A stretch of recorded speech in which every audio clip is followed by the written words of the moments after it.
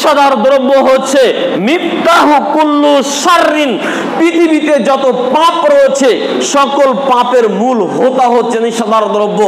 অতএব যে নেশাদার দ্রব্য সেবন করে ও আর কোনো পাপকে পাপ মনে করে না, ও পৃথিবীতে সকল পাপ করতে পারে।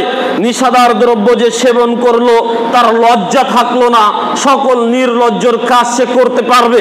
পৃথিবীতে যে নেশাদার দ্রব্য সেবন করলো সে আর কোনো পাপকে পাপ মনে করবে না, সকল পাপ তার কাছে ন্যায় বলে মনে হবে। উপস্থিত ঐতিহ্যবাহী মাতাইন, আহলে হাদিস বড় জামে মসজিদের সম্মানিত মুসল্লিবৃন্দ, জবানিকার অন্তরালে শ্রদ্ধাস্পদিনী স্নেহাশীল মা ও ভগ্নীগণ, আলোচনার শুরুতে সে মহান আল্লাহ তাআলা দরবারে লাখো কোটি শুকরিয়া আদায় করি যে মহান আল্লাহ সুবহানাহু ওয়া তাআলা আজকের এই পবিত্র জুম্মার দিনে আপনাকে আমাকে মসজিদে কবুল করেছেন। আলহামদুলিল্লাহ। সকলে দ্রুত পেশ করি সে নবীর প্রতি যিনি আমাদের উপরে পবিত্র কোরআন এবং সহিহ সুন্নাহর বাস্তব নিদর্শন বাস্তবায়ন করে গিয়েছেন এবং এ দুটিকে অনুকরণ করে আমাদের পার্থিব জীবনকে পরিচালনা করার জোর নির্দেশ প্রদান করে গিয়েছেন। সে রাসূলের প্রতি অগণিত দুরূদ ও সালাম পেশ করি। সকলে বলি সাল্লাল্লাহু আলাইহি ওয়াসাল্লাম। সম্মানিত উপস্থিতি, আমি আপনাদের সম্মুখে সূরাতুল বাকারার 219 নম্বর আয়াতের আংশিক এবং রাসূল সাল্লাল্লাহু আলাইহি ওয়াসাল্লামের জবানি হতে ইবনে মাজার 3375 নম্বর হাদিসটি বর্ণনা করে শুনিয়েছি। তেলাওয়াতকৃত আয়াত ও বর্ণিত হাদিসকে কেন্দ্র করে আমি আমার আলোচনার বিষয় নির্ধারণ করেছি মদ ও জুয়া। বর্ণিত বিষয়ের প্রতি পবিত্র কোরআন ও সহিহ সুন্নাহর আলোকে আমার অতি ক্ষুদ্র বিদ্যায় এক জনকল্যাণকর সংক্ষিপ্ত আলোচনা রাখার চেষ্টা করব ইনশাআল্লাহ। আলহামদুলিল্লাহ, আমরা অত্যন্ত খুশির সাথে জানাচ্ছি এই কারণে যে আজকের আলোচনার বিষয় মদ ও জুয়া, যার পিছনে আজকের যুব সমাজ ধ্বংসের দ্বার প্রান্তে। মদ ও জুয়ায় আসক্ত হওয়ার কারণে আজকের যুব সমাজ ধ্বংসের দ্বার প্রান্তে। যুব সমাজ ধ্বংস তথা সমাজ, পরিবার, রাষ্ট্রকে ধ্বংসের মূল কারিগর হিসাবে যে প্ল্যাটফর্মটি কাজ করে সেটা হচ্ছে মদ এবং জুয়া। আজকে আমাদের আলোচনার বিষয় সেই মদ এবং জুয়া। যদিও আমি অনুপ্রেরণা পেয়েছি, আপনারা অবগত রয়েছেন যে অত্র মাতাইন এলাকার কিছু কৃতি সন্তানরা মিলে একটি ফুটবল টুর্নামেন্টের আয়োজন করেছে। আমি সেই জার্সিটার গায়ে লেখা দেখলাম মদ এবং জুয়াকে না বলি। আলহামদুলিল্লাহ, আমি জার্সির লেখাটা দেখে আমিও সেই লেখার সাথে একত্ববোধ প্রকাশ করে আমিও মেম্বরের পর দাঁড়িয়ে মদ ও জুয়াকে না বলার ঘোষণা দিলাম। কারণ আল্লাহ রাব্বুল আলামিন সূরা বাকারা 219 নম্বর আয়াতে বলছেন যে ইয়াসআলুনাকা আনিল খামরি ওয়াল মাইসির কুল ফিহিমা ইসমুন কাবীরুন। যে নবী মুহাম্মদ সাল্লাল্লাহু আলাইহি ওয়াসাল্লাম, মানুষ আপনাকে জিজ্ঞাসা করবে, ইয়াসআলুনাকা, আপনার নিকটে মানুষরা এসে প্রশ্ন করবে, আনিল খামরি ওয়াল মাইসির, মদ সম্পর্কে এবং জুয়া সম্পর্কে তারা আপনার নিকটে এসে প্রশ্ন করবে, জিজ্ঞাসা করবে যে আপনি আমাদেরকে মদ এবং জুয়া সম্পর্কে বলুন। আপনি তাদেরকে বলে দিন কুল ফিহিমা ইসমুন কাবীরুন, এই দুইটার ভিতরে রয়েছে বড় ধরনের পাপ। এই জুয়ার ভিতরে রয়েছে বড় ধরনের পাপ, এই মদের মধ্যে রয়েছে বড় ধরনের পাপ। আপনি তাদেরকে বলে দিন, যারা জানতে চায় আপনার নিকটে মদ কি এবং জুয়া কি, তাদেরকে বলে দিন দুইটার ভিতরেই বড় ধরনের পাপ রয়েছে। সম্মানিত উপস্থিতি, একজন মানুষ যদি মদে বা নিশাদার দ্রব্যে আসক্ত হয়ে থাকে। আমাদের নবী মুহাম্মদ সাল্লাল্লাহু আলাইহি ওয়াসাল্লাম বলছেন, যে মানুষটি একবার নেশাদার দ্রব্য পান করবে ওই ব্যক্তির 40 দিনের সালাত আল্লাহ কবুল করবেন না। একবার নেশাদার দ্রব্য, যে কোনো নেশাদার দ্রব্য পৃথিবীর বুকে, নাম জানা অথবা নাম না জানা, যে কোনো নেশাদার দ্রব্য যদি একবার মানুষ পান করে তার ইবাদত কবুল হবে না 40 দিন। এটা আমার কথা নয়, নবীর কথা। তবে ওই ব্যক্তি যদি ভুল বুঝতে পেরে তওবা করে আল্লাহ তাকে ক্ষমা করে দিবেন, সুবহানাল্লাহ। অতঃপর যদি দ্বিতীয় আবারও সে নেশাদার দ্রব্য পান করে, আবারও তার 40 দিন ইবাদত কবুল হবে না। তবে ভুল বুঝে তওবা করে যদি ফিরে আসে আল্লাহ তাকে ক্ষমা করবেন। তৃতীয়বার যদি আবারও নেশাদার দ্রব্য পান করে আল্লাহ তাকে ওই 40 দিন সালাত কবুল করবেন না। ভুল বুঝে তওবা করে ক্ষমা চাইলে আল্লাহ তাকে ক্ষমা করে দিবেন। চতুর্থবার যদি কোনো ব্যক্তি নেশাদার দ্রব্য সেবন করে কিয়ামতের মাঠে আল্লাহ তাকে তিনাতে খাবাল, আবার অপর হাদিসে এসেছে রাদাগাতুল খাবাল পান করাবেন। রাসূল সাল্লাল্লাহু আলাইহি ওয়াসাল্লামকে জিজ্ঞাসা করা হলো, তিনাতে খাবাল, রাদাগাতুল খাবাল এই দুটা কি? তখন আমাদের নবী বললেন, শোনো, কিয়ামতের মাঠে অপরাধীদেরকে অপরাধী করে জাহান্নামে নিক্ষেপ করা হবে। আর জাহান্নামে নিক্ষেপ করার পরে তাদেরকে ওই আগুনে জ্বালিয়ে তাদেরকে ওই রক্তপুঞ্জ মিশ্রিত যে পানিগুলো গলে গলে গলে গলে পড়বে, ওটাকে আল্লাহ রাব্বুল আলামিন একত্রিত করবেন।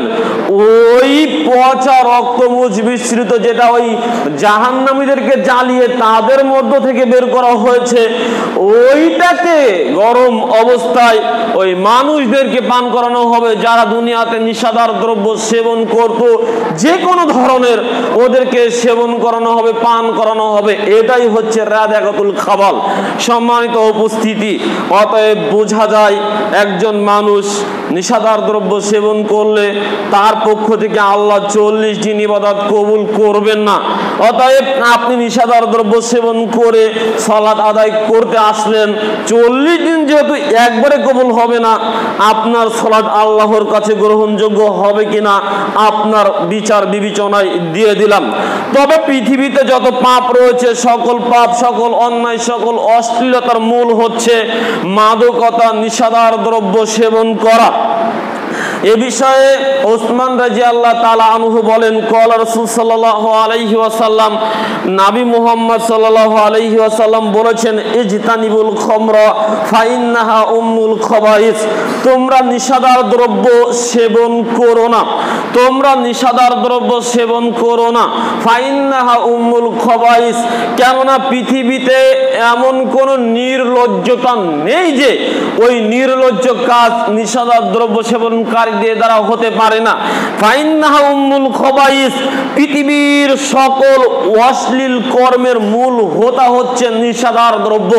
পৃথিবীতে যত অশ্লীলতা রয়েছে, বেহায়াপনা রয়েছে, নির্লজ্জ রয়েছে, আপনি যে ওই যুবককে দেখেন না, নির্লজ্জ, আপনার সামনে সিগারেট পান করে, ও আপনার সামনে বিড়ি পান করে, অন্য অন্য নিশাদার দ্রব্য পান করে, ও নির্লজ্জ, বেহায়া, আপনাকে সম্মান দিয়ে কথা বলে না, সমাজে কাউকে মান্য করে কথা বলে না, ও নির্লজ্জ হয়ে গিয়েছে, ও বেহায়া হয়ে গিয়েছে, ও নিচু শ্রেণীর হয়ে গিয়েছে, ও ইতর শ্রেণীর হয়ে গিয়েছে, কারণ ও নিশাদার দ্রব্যে আক্রান্ত হয়েছে। ও যে কোনো ধরনের নিশাদার দ্রব্য সেবন করে, ওর নিশাদার দ্রব্য সেবন করার কারণে ওর হায়া লজ্জা নির্বোধ কিছু আর নেই, ও একেবারে নির্লজ্জ হয়ে গিয়েছে। কারণ পৃথিবীতে সকল নির্লজ্জতার মূল হচ্ছে নিশাদার দ্রব্য সেবন করা। আবু দারদা রাদিয়াল্লাহু তাআলা আনহু বলছেন, আমার বন্ধু নবী মুহাম্মদ সাল্লাল্লাহু আলাইহি ওয়াসাল্লাম আমাকে বললেন যে লা তাশরাবিল খামরি, ও আবু দারদা রাদিয়াল্লাহু তাআলা আনহু, তুমি নিশাদার দ্রব্য সেবন করো না, তুমি নিশাদার দ্রব্য সেবন করো না। কেননা ফাইন্নাহা, কেননা নিশাদার দ্রব্য হচ্ছে মিফতাহু কুল্লু শাররিন, পৃথিবীতে যত পাপ রয়েছে সকল পাপের মূল হোতা হচ্ছে নিশাদার দ্রব্য। অতএব যে নিশাদার দ্রব্য সেবন করে ও আর কোনো পাপকে পাপ মনে করে না, ও পৃথিবীতে সকল পাপ করতে পারে। নিশাদার দ্রব্য যে সেবন করলো তার লজ্জা থাকলো না, সকল নির্লজ্জর কাজ সে করতে পারবে। পৃথিবীতে যে নিশাদার দ্রব্য সেবন করলো সে আর কোনো পাপকে পাপ মনে করবে না, সকল পাপ তার কাছে ন্যায় বলে মনে হবে। এটা নবী মুহাম্মদ সাল্লাল্লাহু আলাইহি ওয়াসাল্লাম বলেছেন। তাই আমি একটা গল্প বলি। একজন দুষ্টমতী নারী একজন যুবককে ফসলাতে লাগলো তার দিকে। ওই যুবক তার দিকে ফসলাতে চায় না, তখন নারী কৌশল করে তার সামনে তিনটি পন্থা উপস্থাপন করলো। বলল, শোনো যুবক, তোমার সামনে আমি তিনটা রাস্তা রেখেছি, একটা রাস্তা তোমাকে গ্রহণ করতেই হবে, না ছাড়া অদ্বিতীয় কোনো পথ নেই। এক, তুমি আমার সাথে ব্যভিচারে লিপ্ত হবে, এটা একটা পথ। দুই, এখানে একটা ছেলে রয়েছে, ওকে তুমি হত্যা করবে, দ্বিতীয় পথ। তিন, ওই কিছু মদ রয়েছে, নিশাদার দ্রব্য রয়েছে, ওটা তুমি সেবন করবে। তিনটা থেকে একটা তোমাকে করতেই হবে তুমি যদি বাঁচতে চাও। তখন এই যুবক চিন্তা করলো, যাক, তিনটা থেকে যখন একটা করাই লাগবে বাঁচার জন্য, আমি যদি জিনাই বা বিচারে লিপ্ত হই বড় পাপ করব, এই বাচ্চাকে যুবককে হত্যা করি বড় পাপ করব, আর নিশাদার দ্রব্য সেবন করলে পাপ করব ঠিকই, তবে একটু ছোট হবে হয়তো, আল্লাহর কাছে ক্ষমা চেয়ে নেব বিপদ থেকে বাঁচার জন্য। তিনি ওই মদকে পান করলেন। যখন মদ পান করলেন ওর বিবেক হয়ে গিয়েছে এলোমেলো, ও বিবেক হারিয়ে ফেলেছে। তখন ওই সুন্দরী যুবতী রমণী ফুসলিয়ে ওর সাথে ব্যভিচারে লিপ্ত করার জন্য বাধ্য করলো, কারণ ও এখন নেশাগ্রস্ত, ওর মাথায় বিবেকে মগজে আর কোনো কাজ করছে না, ও এখন নেশাগ্রস্ত। তাই ও এখন ওই সুন্দরী রমণীর সাথে ব্যভিচারে লিপ্ত হলো। ব্যভিচারে যখন লিপ্ত হলো, ব্যভিচার শেষ। এবার সুন্দরী রমণী বলছে, দেখো দেখো দেখো, তুমি যে আমার সাথে ব্যভিচারে লিপ্ত হয়েছ, এই বাচ্চা কিন্তু সবকিছু দেখে ফেলেছে। এখনো সমাজে বলে দেবে যে তুমি আমার সাথে ব্যভিচারে লিপ্ত হয়েছ, তোমার মান সম্মান ইজ্জত আর সমাজের বুকে থাকবে না, তুমি এই বাচ্চাটাকে হত্যা করে দাও। এখন তো ও নেশাগ্রস্ত, ওর মাথায় কাজ করে না, কি করবে কি হবে ও সঠিক সিদ্ধান্ত নিতে পারে না, যেহেতু ও মদ্যপান করেছে, ও নেশাগ্রস্ত, ও উন্মাদ হয়ে গিয়েছে। ও তখন নিজের ইজ্জত সম্মান সমাজের বুকে বাঁচানোর জন্য ওই বাচ্চাটাকে হত্যা করে দিল। এবার সুন্দরী রমণী বলছে, আমি আমার কৌশলে সফল হয়েছি। শোনো যুবক, আমি এমন একটি কৌশল নির্ধারণ করেছি যে তোমার দ্বারা আমি তিনটা পাপই করিয়েছি। আমার সাথে ব্যভিচারে লিপ্ত করিয়েছি, ওই সন্তানকে হত্যা করিয়েছি এবং তোমাকে মদ্যপান করিয়েছি। এই গল্প দিয়ে বুঝাতে চাচ্ছিলাম, নবী যে বলেছেন নিশাদার দ্রব্য সেবন করলে তার কাছে আর কোনো লজ্জা থাকবে না, এই গল্পের মাধ্যমে বুঝাতে চাচ্ছি ও তখন ব্যভিচারে লিপ্ত হয়েছে, ওর কাছে আর লজ্জা বলে কিছু নেই।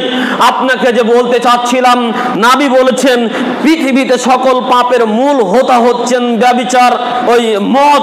অতএব যখন মানুষ মদ পান করবে তখন সকল পাপকে সে আর পাপ মনে করবে না, ন্যায় মনে করবে। তার একটি দৃষ্টান্ত পেশ করলাম। এই ব্যক্তি, এই যুবক নিশাদার দ্রব্য সেবন করার পরে ও বাচ্চাকে হত্যা করেছে, ওর কাছে আর ওটাকে পাপ বলে মনে হয়নি। অতএব নিশাদার দ্রব্য সেবন হচ্ছে সকল পাপের মূল, নিশাদার দ্রব্য সেবন হচ্ছে সকল অশ্লীলতার মূল। অতএব আপনাকে আমাকে নিশাদার দ্রব্য সেবন করা থেকে বিরত থাকতে হবে। এবার আপনার সামনে সংক্ষিপ্তভাবে যে কথাটি উপস্থাপন করতে চাচ্ছি, নিশাদার দ্রব্য কাকে বলে। আপনি যে ওই যাকে মদ বলেন ওটা নিশাদার দ্রব্য, আপনি যাকে ফেনসিডিল বলেন ওটা নিশাদার দ্রব্য, আপনি যাকে হিরোইন বলেন ওটা নিশাদার দ্রব্য, আপনি যাকে ইয়াবা বলেন ওটা নিশাদার দ্রব্য। তবে আপনি যে ওই বিড়ি খান, আপনি যে ওই সিগারেট খান, আপনি ব্যঞ্জন, লিপ, ক্যাসেল ইত্যাদি আরো কত ডার্বি শেক, আরো কত নাম না জানা কত কোম্পানি আপনার সামনে ওই সিগারেট বের করেছে, আপনি রাত দিন ধোয়ায় তামাকে তাওয়া দিচ্ছেন। আপনি যে ওই ন্যাশনাল কন্ডো 305 আরো কত কিছু রয়েছে, কানপুর, শাহপুর, আজিমপুর আরো কত পুর রয়েছে, এগুলো এই পান, জর্দা, তামাক এগুলো খাচ্ছেন। আপনি যে গনিগুল, এগুল, আকিসগুল আরো কত গুল রয়েছে, এই গুলগুলো রাত্র দিন আপনি সেবন করে চলেছেন। এগুলো কি আপনি নিশাদার দ্রব্য মনে করেন না? আপনি যে পানের সাথে তামাক, জর্দা খান এগুলো কি নিশাদার দ্রব্য মনে করেন না? আপনার হাতে আমি দেখি বিড়ি, সিগারেট। আপনি তো নির্লজ্জ। আগে এক সময় মানুষদেরকে দেখতাম যে একটু হুজুরদেরকে দেখলে সম্মান করত, সিগারেট খাইলে ফেলে দিত অথবা সারত। এখন দেখি আপনি ওই সিগারেট, ওই নিশাদার দ্রব্য, ওই মাদকতা আপনাকে এত নির্লজ্জ করেছে, আপনাকে এত নির্লজ্জ করেছে। একজন আলেম আপনার সামনে দিয়ে হেঁটে যায়, আপনি তার সামনে সিগারেটের ধোঁয়াটা ফুঁকে মেরে দেন। এত নির্লজ্জ হয়ে আপনাকে ওই নিশাদার দ্রব্য করেছে। এটা তো আমার চোখে দেখা। কি করে বলবো যে আপনার নিশাদার দ্রব্য আপনাকে নির্লজ্জ বানায়নি? রাসূলের হাদিস অস্বীকার করি কি করে? আমি তো নিজে চোখেই দেখলাম আপনি নির্লজ্জ হয়ে গিয়েছেন, তবে রাসূলের হাদিসকে আমি অস্বীকার করি কি করে? তবে বলছিলাম এগুলোকে আপনি নিশাদার দ্রব্য মনে করেন না। তবে নবী কি বলেছেন আপনি একটু শুনুন তো দেখি। আপনি নবী কি বলেছেন একটু শুনুন তো দেখি। আব্দুল্লাহ ইবনে মাসউদ রাদিয়াল্লাহু তাআলা আনহু তিনি বলছেন যে শোনো, রাসূল সাল্লাল্লাহু আলাইহি ওয়াসাল্লাম বলেছেন কুল্লু মুসকিরুন হারামুন, প্রত্যেকটি নিশাদার দ্রব্য বস্তুই হচ্ছে হারাম। যার ভিতরে নিশা রয়েছে এমন যে কোনো জাতীয় নিশাদার দ্রব্য হচ্ছে হারাম। ইবনে মাজাহ 3388 নম্বর হাদিস দিয়ে নবী সাল্লাল্লাহু আলাইহি ওয়াসাল্লাম বলেছেন। অপর এক হাদিসে ইবনে ওমর রাদিয়াল্লাহু তাআলা আনহু বলেন নবী সাল্লাল্লাহু আলাইহি ওয়াসাল্লাম বলেছেন কুল্লু মুসকিরুন খামরুন ওয়া কুল্লু খামরুন হারামুন। শোনো, প্রত্যেকটি নিশাদার দ্রব্য হচ্ছে মদ আর প্রত্যেক মাদকতা হচ্ছে হারাম। শোনেন, আপনাকে আরো একটু ক্লিয়ার করে বলি, আপনার হাতের বিড়ি, সিগারেট যে হারাম, আপনি যে পানের সাথে জর্দা খান, তামাক খান এটা যে হারাম, আপনি যে গুল খান এটা যে হারাম। আপনাকে আরো একটু ক্লিয়ার করে বলি, জাবির ইবনে আব্দুল্লাহ রাদিয়াল্লাহু তাআলা আনহু তিনি বলছেন নবী মুহাম্মদ সাল্লাল্লাহু আলাইহি ওয়াসাল্লাম বলেছেন মা আসকারা কাসিরুহু ফাকলিলুহু হারামুন, মা আসকারা কাসিরুহু ফাকলিলুহু হারামুন। ও দুনিয়ার মানুষ, মদ বলে আমি তোমাদেরকে জানিয়ে গেলাম, নিশাদার দ্রব্য বলতেন আমি তোমাদেরকে জানিয়ে গেলাম মা আসকারা কাসিরুহু ফাকলিলুহু হারামুন। যার অধিক খেলে তোমার বিবেক নষ্ট হয়, যার অধিক খেলে তোমার বিবেক নষ্ট হয়, তার অল্পটাও হারাম, তার অল্পটাও হারাম, তার অল্পটাও হারাম। এবার আপনাকে বলি, আপনি যে গুলকে হারাম মনে করেন না, আমি ওই 10টা গুল একসঙ্গে বা 20টা গুল একসঙ্গে ঢেলে আপনার মুখের ভিতরে দিয়ে দেব, দেখি কিভাবে আপনি দাঁড়িয়ে থাকেন। আপনি যে ওই তামাক, জর্দা, কন্ডু, ন্যাশনাল, কানপুর পাতি এগুলোকে আপনি ওই নিষেধাজ্ঞা দ্রব্য মনে করেন না। আমি কয়েকটি ওই জর্দা একত্রিত করে, ওই পাতি একত্রিত করে 500 মতো গ্রাম করব অথবা 1 কেজি করব, ওটা আপনাকে খাওয়িয়ে দেব, দেখি আপনি কিভাবে দাঁড়িয়ে থাকেন। আপনি যে ওই বিড়ি সিগারেট পান করছেন, ওই বিড়ি সিগারেটের তামাকগুলো সব খুলে এক জায়গাতেই করে 500 গ্রাম অথবা 1 কেজি করে ওই তামাকগুলো আপনাকে খাওয়িয়ে দেব, দেখে আপনি কিভাবে দাঁড়িয়ে থাকেন। আপনি দাঁড়িয়ে থাকতে পারবেন না, ওটা মাদ আপনার বিবেককে নষ্ট করবে। আমাদের নবী বলেছেন যার অধিক খেলে বিবেক নষ্ট হয়, তার সামান্যটুকু সেবন করাটাও হারাম, তার সামান্যটুকু সেবন করাটাও হারাম। আরে আমার মাথায় তো বুদ্ধি নেই, আমার মাথায় তো চিন্তা চেতনা নেই, আমি তো বিবেক হারা হয়ে গিয়েছি। আমি যে সিগারেট কিনছি ওখানে লেখা রয়েছে, আমি যে তামাক কিনছি ওখানে লেখা রয়েছে, আমি যে গুল কিনছি ওখানে লেখা রয়েছে। কি লেখা রয়েছে? ধূমপানে বিষ পান, ধূমপানে অকাল মৃত্যুর কারণ, ধূমপানে স্ট্রোক হয়, ধূমপানে ফুসফুস এবং ক্যান্সারের কারণ। এভাবে কত যে বিজ্ঞপ্তি ওই বিড়ি সিগারেটের গায়ে দেখা রয়েছে। আরে বিড়ি সিগারেটের গায়ে একটা ছবি দেওয়া রয়েছে, একজনের ব্যক্তির এখানে ক্যান্সার হয়েছে, রক্ত পুজ গলে গলে পড়ছে। ওই তামাকের কোটার গায়ে একটা ছবি দেওয়া রয়েছে, একজনের দাঁতে ক্যান্সার হয়েছে, মুখে ক্যান্সার হয়েছে, ঘাগুলো গলে গলে গলে গলে পড়ছে, সেখানে পোকা হয়েছে, বড় বড় সাইনবোর্ড দিয়ে রেখেছে। এরপরে বলছে শোনো, এটা খাও তোমার ক্যান্সার হবে, এটা খাও তোমার স্ট্রোক হবে, এটা খাও তুমি অকালে মৃত্যুবরণ করবে, এটা খেলে তুমি বিষ খাবে, খাও এটা খাও। এবার এগুলো বলে এগুলো লেখে আপনার সামনে দিচ্ছে, আপনি তো একেবারে বিবেক হারা। আমার মাথায় তো আর কাজ করে না, এত কিছু বলে দেওয়ার পরেও টাকা দিয়ে ওটা কিনে আপনি আমি খাই, টাকা দিয়ে কিনে ওটা আপনি আমি খাই, অথচ নবী বলেছেন এগুলো সবই হারাম। আপনি হয়তো বলতে পারেন কোথায় রয়েছে বিড়ি সিগারেটের কথা? এই যে বললাম, যার অধিক খেলে হারাম হয়, যার অধিক খেলে বিবেক নষ্ট হয়, তার অল্পটুকু হারাম। যদি আপনি তাই বলেন, কোথায় রয়েছে ফেন্সিডিলের কথা, কোথায় রয়েছে ইয়াবার কথা, কোথায় রয়েছে গাঁজার কথা? আপনি দেখান তো দেখি, ফেন্সিডিলের কথা কোথায় লেখা রয়েছে, ইয়াবার কথা কোথায় লেখা রয়েছে, হিরোইনের কথা কোথায় লেখা রয়েছে? সবই তো মদ বলে লেখা রয়েছে। আপনি যেটা খান ওটাও তো মদ, আর আপনি যে বিড়ি সিগারেট পান করেন এটাও মদ, দুইটাই মদ।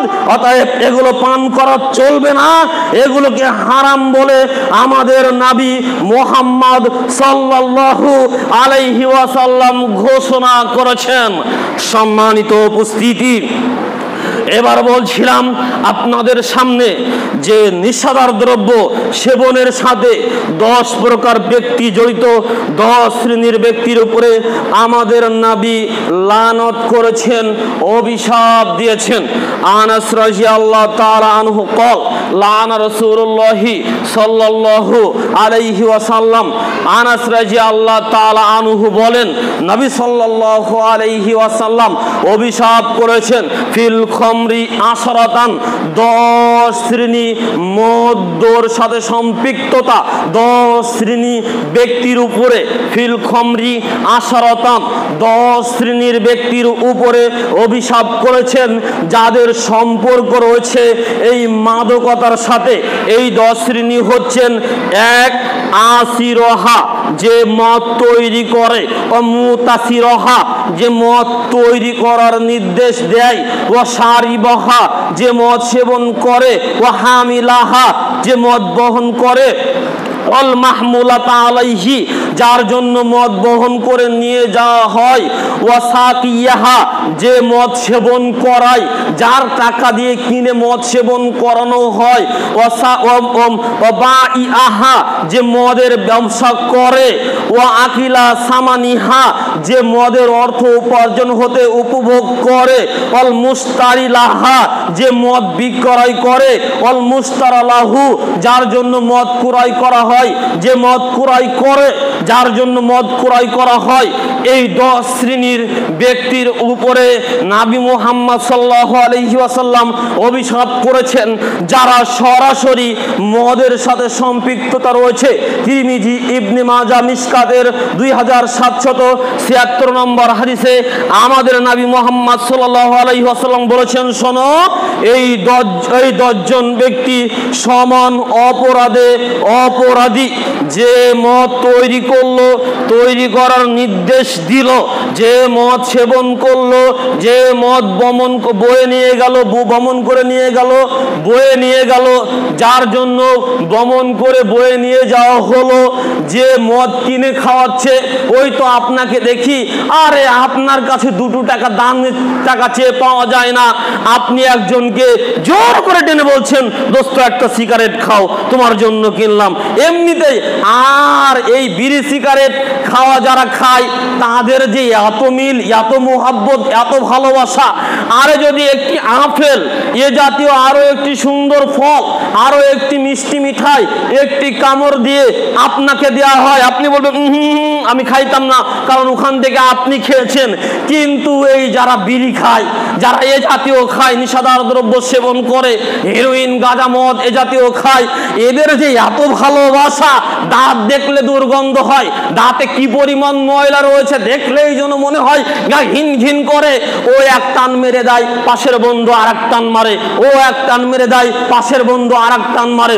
এদের ভিতরে আর ঘৃণা নাই, এদের ভিতরে আর ঘৃণা নাই। ওই যে পূর্বের হাদিস আপনি স্মরণে রাখেন, ওই নিশাটাকে একেবারে ঘৃণা চুটো করে ফেলেছে।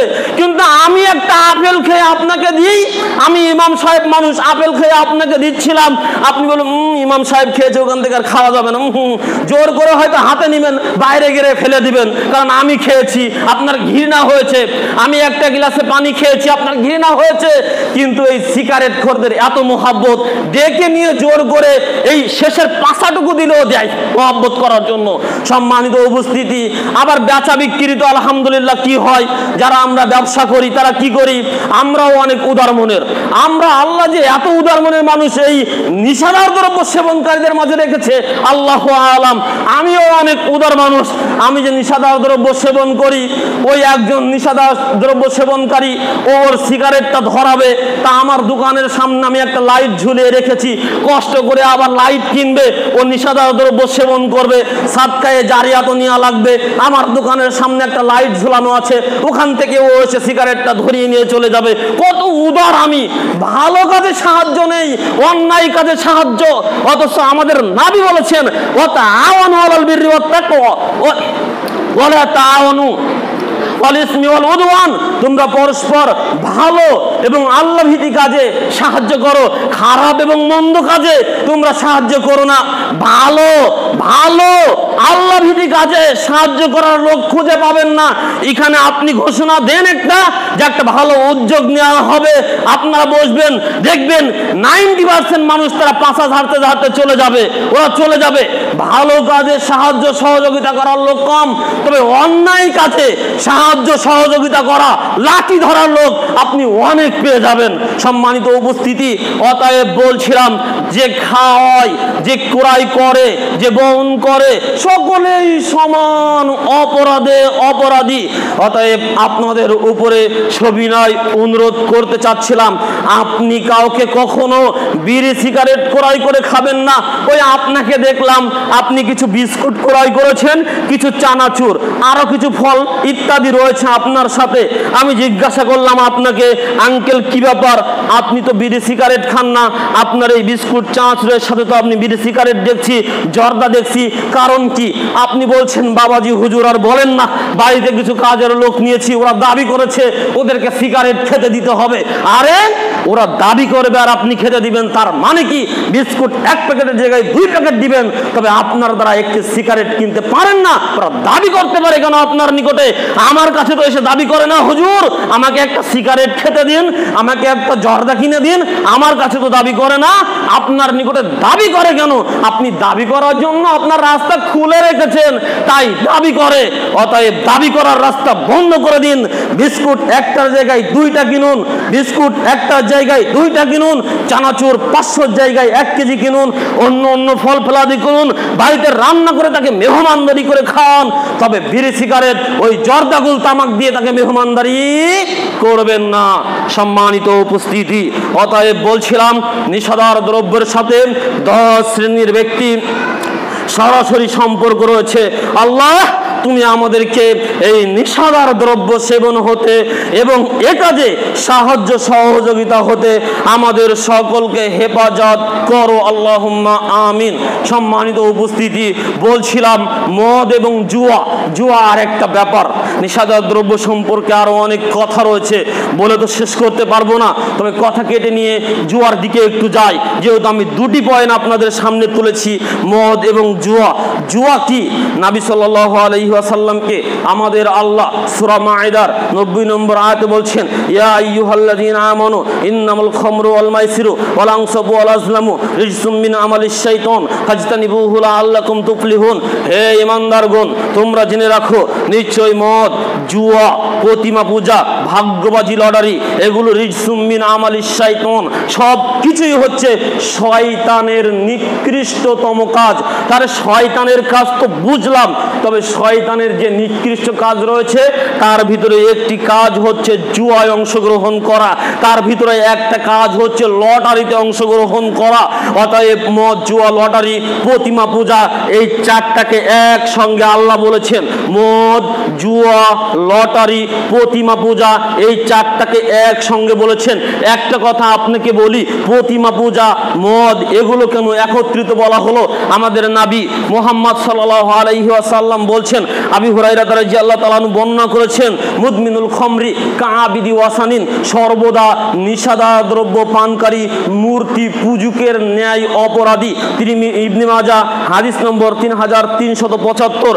এই হাদিসে একজন নিষাদা দ্রব্য পানকারী সেবনকারী কতটা অপরাধী সে কথা বলেছেন। ওই হিন্দু মূর্তি তৈরি করে মূর্তি পূজা করে যেমন অপরাধ করে, একজন নিষাদার দ্রব্য সেবনকারী ঠিক অনুরূপভাবে অপরাধী। তাই তিনি বলেছেন, মুদমিনুল খামরি কাআবিদি ওয়াসানি, নিষাদার দ্রব্য সেবনকারী মূর্তি পূজকের ন্যায় অপরাধী। আর সূরা মায়েদার 90 নম্বর আয়াতে আল্লাহ বললেন, নিশ্চয় মদ, জুয়া, প্রতিমা পূজা, ভাগ্যবাজি, লটারি, এগুলো শয়তানের কাজ। অতএব এগুলো থেকে তোমরা বিরত থাকো। ইন্নামা ইউরিদু শাইতানু আইয়ুকিয়া বাইনাকুমুল আদাওয়াতা ওয়াল বাগযা ফিল খামরি ওয়াল মাইসিরি ওয়া ইয়াসুদ্দাকুম আন যিকরিল্লাহি ওয়া আনিস সালাহ ফাল আনতুম মুনতাহুন। সূরা মায়েদার 91 নম্বর আয়াতে বলছেন যে নিশ্চয়ই শয়তান চায় মদ এবং জুয়ার মাধ্যমে তোমাদের মাঝে বিদ্বেষ এবং শত্রুতা তৈরি করতে এবং আল্লাহর জিকির এবং সালাত থেকে দূরে রাখতে, এটা চাই। অতএব তোমরা কি এই মদ, জুয়া থেকে বিরত থাকবে না? সম্মানিত উপস্থিতি, বোঝা যায় মদ এবং জুয়ার মাধ্যমে শয়তান চায় আপনার আমার মাঝে হিংসা, শত্রুতা, বিদ্বেষ, মারামারি তৈরি করে দিতে এবং আল্লাহর জিকির এ থেকে দূরে রাখতে এবং সালাত থেকে দূরে রাখতে। অতএব আপনাকে বলতে চাচ্ছিলাম, আমাদের যুব সমাজকে ধন্যবাদ জানাই, তাদের খেলার যাচ্ছিতে তারা রেখেছে মদ ও জুয়াকে না বলি, আলহামদুলিল্লাহ। তবে যখন এই খেলা আপনাকে আল্লাহর জিকির থেকে দূরে রাখবে, তখন ওটা আর আপনার স্বাভাবিক বিনোদন খেলা থাকবে না, স্বাভাবিক শরীর চর্চা থাকবে না, ওটা শয়তানের কাজ জুয়া হয়ে যাবে। যখন আজান হবে আর আপনি ওই মাঠে খেলা করবেন, তখন ওটা আর ওই বিনোদন হবে না, স্বাভাবিক খেলা হবে না, স্বাভাবিক শরীর চর্চা হবে না, ওটা শয়তানের উপযোগী হয়ে যাবে, জুয়া হয়ে যাবে। কারণ শয়তান তো চাই আল্লাহর জিকির থেকে দূরে রাখতে, ও চাই কি চাই যে সালাত থেকে দূরে রাখতে। যখন এই খেলা আপনার আরেকজনের মাঝে শত্রুতা তৈরি করবে, তার মানে কিছু কম বেশি রয়েছে এইখানে, তা না হলে শত্রুতা হলো কেন? নিশ্চয়ই পাওয়া না দেনাতে কিছু কম বেশি রয়েছে, তা না হলে এমনি স্বাভাবিক খেলায় কেন শত্রুতা হবে?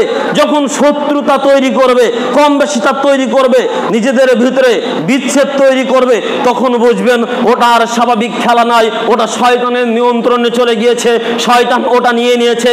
এখন শয়তান ওটা দিয়ে আপনার আমার মাঝে শত্রুতা, বিদ্বেষ, হিংসা তৈরি করতে চাচ্ছে। ওটা আর তখন সাধারণ খেলা থাকবে না, সাধারণ শরীর চর্চা থাকবে না, সাধারণ বৈধ বিনোদন থাকবে না, তখন ওটা শয়তানের অধিকারী জুয়া হয়ে যাবে। সম্মানিত উপস্থিতি, আর যদি থাকে এই জুয়ার ভিতরে নগদে কিছু হার দেনা পাওনা, কেমন আপনাকে একটা বলি, জাহিলিয়াতের যুগের কথাটা আগে বলে নি, তারপরে বলি, তাহলে বুঝাতে আমি সহজ হব কেন আল্লাহ এই জুয়ার কথাটা টেনে নিয়ে আসলেন। আসলে এই জাহিলিয়াতের যুগে 10 জন ব্যক্তি মিলে একটা উট ক্রয় করা হতো। মনে করেন 10 জনে 10,000 করে, 5,000 করে টাকা দিয়ে, 50,000 টাকা দিয়ে একটা উট কিনেছে। কথার কথা বললাম, তখন কত দাম ছিল আমি তো জানি না, তা কথার কথা 50,000 টাকা দিয়ে একটা উট কিনেছে। এটাকে 10 জনে মিলে কাটবে, 10 জনে মিলে একসাথে কিছু করবে। এবার ওটা 10টা ভাগ না করে ওই 4টা 5টা ভাগ করবে, আর ওই 4-5টা ভাগ করবে না।